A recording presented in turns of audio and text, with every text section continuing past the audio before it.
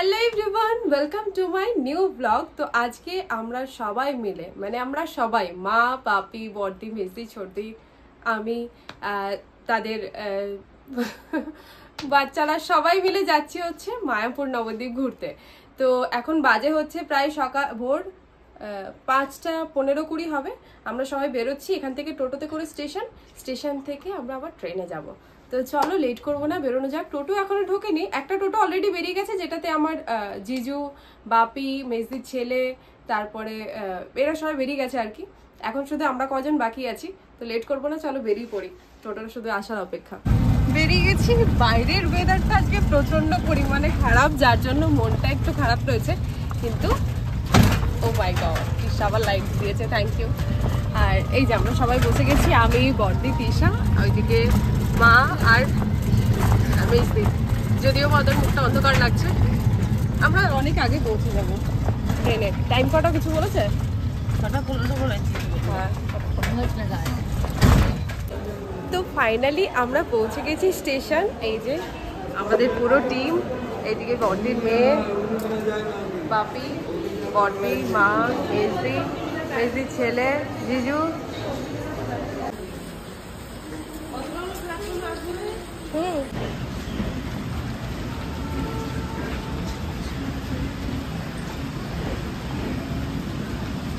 বড়দি, ছোটদি, মা, মেজদি কয়? ও আচ্ছা। ট্রেন আমাদের অলরেডি রেড, কারণ টাইম ছিল হচ্ছে 6:16 আর এখন বাজে 6:21। Already late. তো আমরা সবাই অপেক্ষায় করছি। কি বলবি রে? হ্যাঁ বল না, অন ক্যামেরায় বল। ऑन कैमरा ही बोला अभी। देखो मेरा हाथ कितना प्रिटी लग रहा है, बट देखो मेरा नेल, देखो बीच का नेल टूट गया है गाइस। नहीं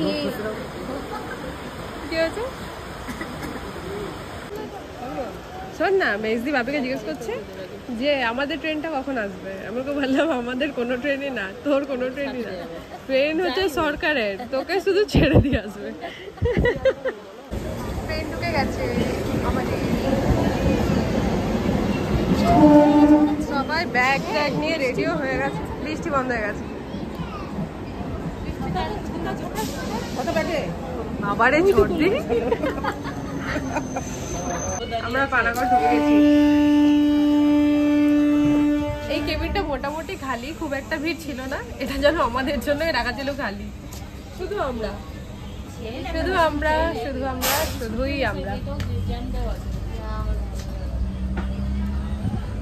আর এটা আমার কে, পিহু?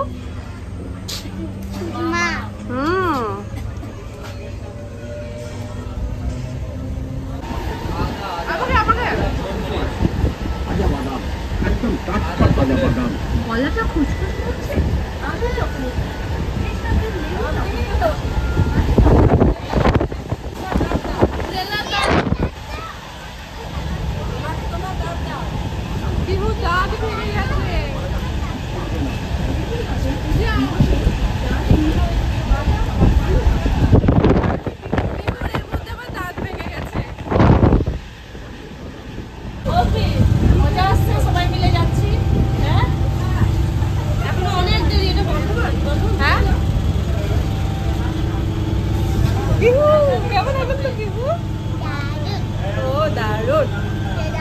বৃষ্টি কেমন আনন্দ।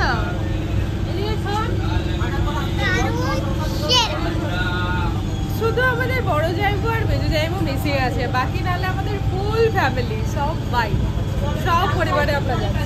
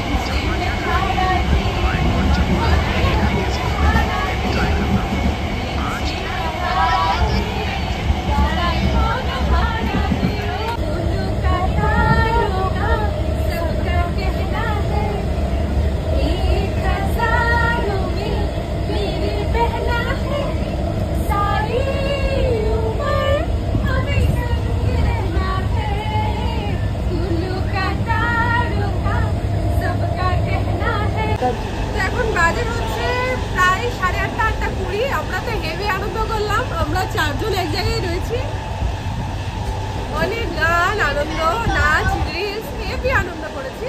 আর কিছুক্ষণের মধ্যে নেমে যাবো, এই জাস্ট বইচি স্টেশনটা পেরোলো, আর বাকি আমি নামি, তারপরে কথা হচ্ছে। তো এখন আমি ভিডিওটা এখানেই স্টপ করছি, কারণ চার্জও আমার বেশিক্ষণ যায় না, তো ওই জন্য। আর এদিকে পিহু খুব দীক্ষিত।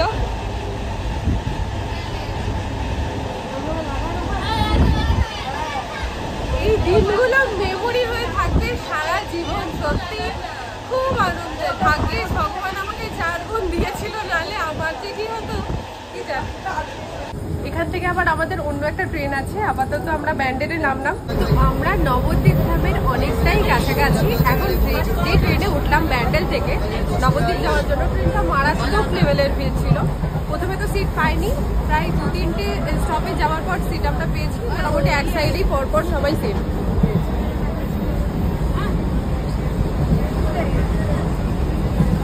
এই যে ওইদিকে রাপি আর বেন্দির ছেলে, আমার পাশে ছোটদি আর ছোটদিন মেয়ে, আর জিজু বসেছে। মানে জিজুর সাইডটাই শুধু আলাদা হয়ে গেছে। দেখি কতক্ষণে পৌঁছাই। ফাইনালি আমরা পৌঁছে গেছি নবদ্বীপ ধামে। এখন বাজে হচ্ছে 10টা, 10:30। একদম সুন্দর টাইমে পৌঁছে গেছি। আর এখান থেকেই অ্যানাউন্সমেন্ট চলছে চারিদিকে, মায়াপুর।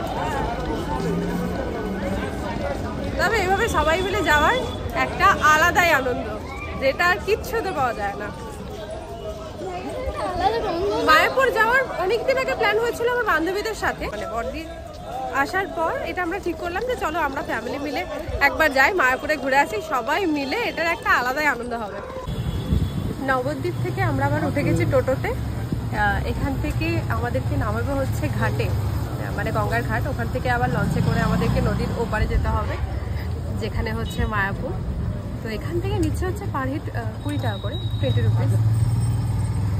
আমরা একটা টোটোতে উঠেছি, আমি, বড়দির মেয়ে, মেজির ছেলে আর বাপি, আর সামনে বসে এই যে কত নৌকো।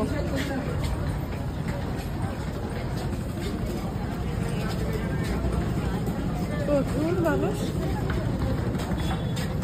দৃশ্যটাই দেখতে খুব ভালো লাগছে। লঞ্চ আমাদের ছেড়ে দিয়েছে।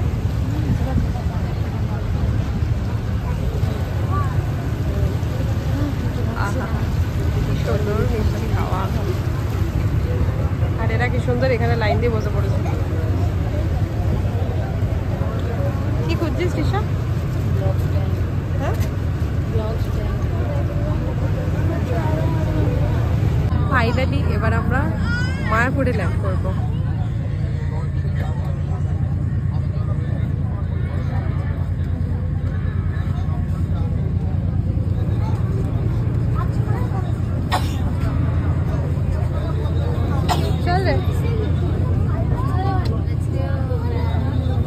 এদেরকে দেখে খাও।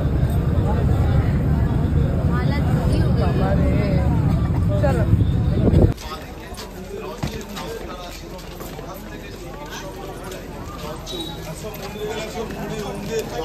এখান থেকে আবার 2টো টোটো নেওয়া হলো, একটাতে আমরা আর একটাতে ওরা।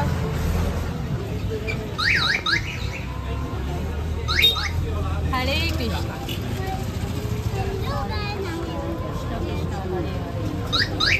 আর এই যে আরেক ব্লগার জিজু আবার বাদাম নিয়েছে। নুনু আছে।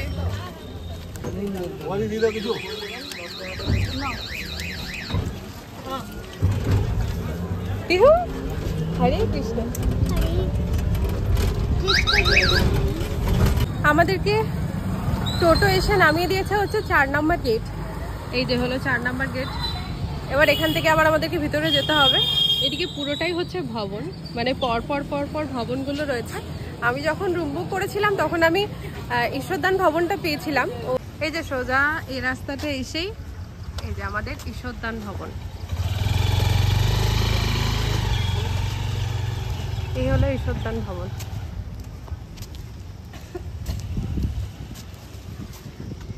তবে ভেতরে জিজ্ঞেস করতে হবে যে ভেতরে মন্দির যাওয়ার রাস্তা আছে নাকি আবার বাইরে দিয়ে যেতে হবে। যদি ভেতর হয় তাহলে খুব একটা কষ্ট হবে না।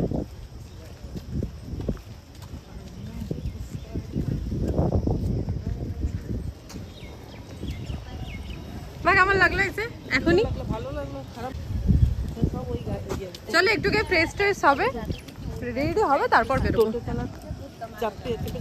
দেখো পর পর পর পর ভবন আছে, এগুলো সব ভবন। ওই তো যদি ইয়ে পেয়ে যায়, টিকিট পেয়ে যায়, তাহলে মন্দিরে খাবো ভোগ। সেলিব্রিটি লাগে ধরবে না, সেলিব্রিটির হাতে ব্যথা হয়ে যাবে প্লাস অ্যাক্সিডেন্টও হয়ে যাবে। আমি নিয়েছিলাম ব্যাগটা, তো ওই জন্য মেজদির ছেলে মানে ফুচকাটা বলছে যে সেলিব্রিটি নিও না, সেলিব্রিটি নিও না, ওটা আমাকে দাও, আমি নিয়ে নেবো। হ্যাঁ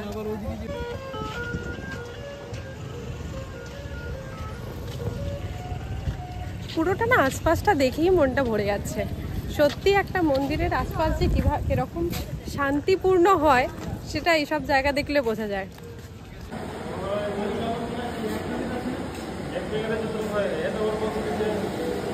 আমরা পেয়ে গেছি দুপুর, আর ভাগ্যের বিষয় হচ্ছে ভোগের টিকিটও পেয়ে গেছি। এখানে 150 টাকা করে স্পেশাল কুপন সবার জন্য নিয়ে নিয়েছি একটা করে, ভালো হয়েছে। দুপুরবেলা লাঞ্চের আর চিন্তা নেই। এই যে ব্লগার সবাই হলে যে ব্যাপারটা হয়ে যায়, ও একটা ব্লগার, আমি একটা ব্লগার, আমি তো বিনা স্ট্যান্ডেই ব্লগ করে যাই কন্টিনিউ। একটা রুম পেয়ে গেছি 1114, যেখানে এই যে দুটো বেড দিয়েছে, একটা টেবিল দিয়েছে,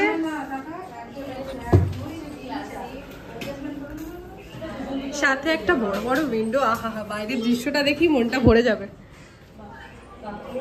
বলে তো ওই জন্য তো বলে ভবন সুন্দর। খাবার জন্য দেওয়া আছে, এখানে ম্যাট্রেস আছে, ম্যাট্রেসের জন্য এখানে চাদর বালিশ সব দেওয়া আছে। যদি কোনো অসুবিধা হয় রিসেপশনে জানাবেন, আমাদের কাছে দেখবেন। চল একটা রুম দেখে আসি, তো বাথরুমটা একটু দেখিয়ে দিই। Neat and clean. যাও। আচ্ছা এই একটা রুম, আর একটা রুম হচ্ছে এটা, এই যে আর একটা রুম হলো এটা।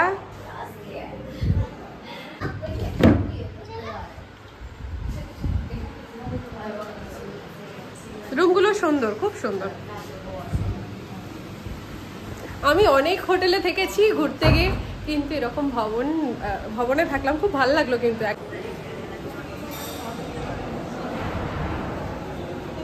প্রচুর মানুষজন চলে এসছে অলরেডি, রুমগুলো বেশ ঠান্ডা। তো এখন আমি নেব সবার কাছ থেকে একটু রিভিউ, যে কেমন লাগলো। যেহেতু আমি উদ্যোগ নিয়ে এবারে পুরোটা প্ল্যান করেছি, তো দেখি এবার সবাই রিভিউ করে দেয়। কেমন লাগলো রে মেজদি? দারুণ, ভবনটা সত্যিকারে খুব সুন্দর। আর একজন তো এসে অসুস্থ হয়ে গেছে এতটা জার্নি করে এসে, আর বাকিজন আর কিছুজন ওই রুমে আছে, আর আমার মেজদির ছেলে গেছে ফ্রেশ হতে। এরপর আমি যাব, কারণ আমি এখন পরবো হচ্ছে মায়াপুরি ড্রেসগুলো, মানে রাত গোপী ড্রেস যেটা বলে আর কি, ওটা আমি পরবো এখন। অনেক কিছু প্ল্যান আগে থেকে করে রেখেছি আর কি। তো চলো আর লেট করবো না, কারণ অলরেডি বেজে গেছে 12:30। তো একটু ফ্রেশ ট্রেশ হই, তারপরে আবার তোমাদের সাথে কথা হচ্ছে, কারণ ভীষণ টায়ার্ড।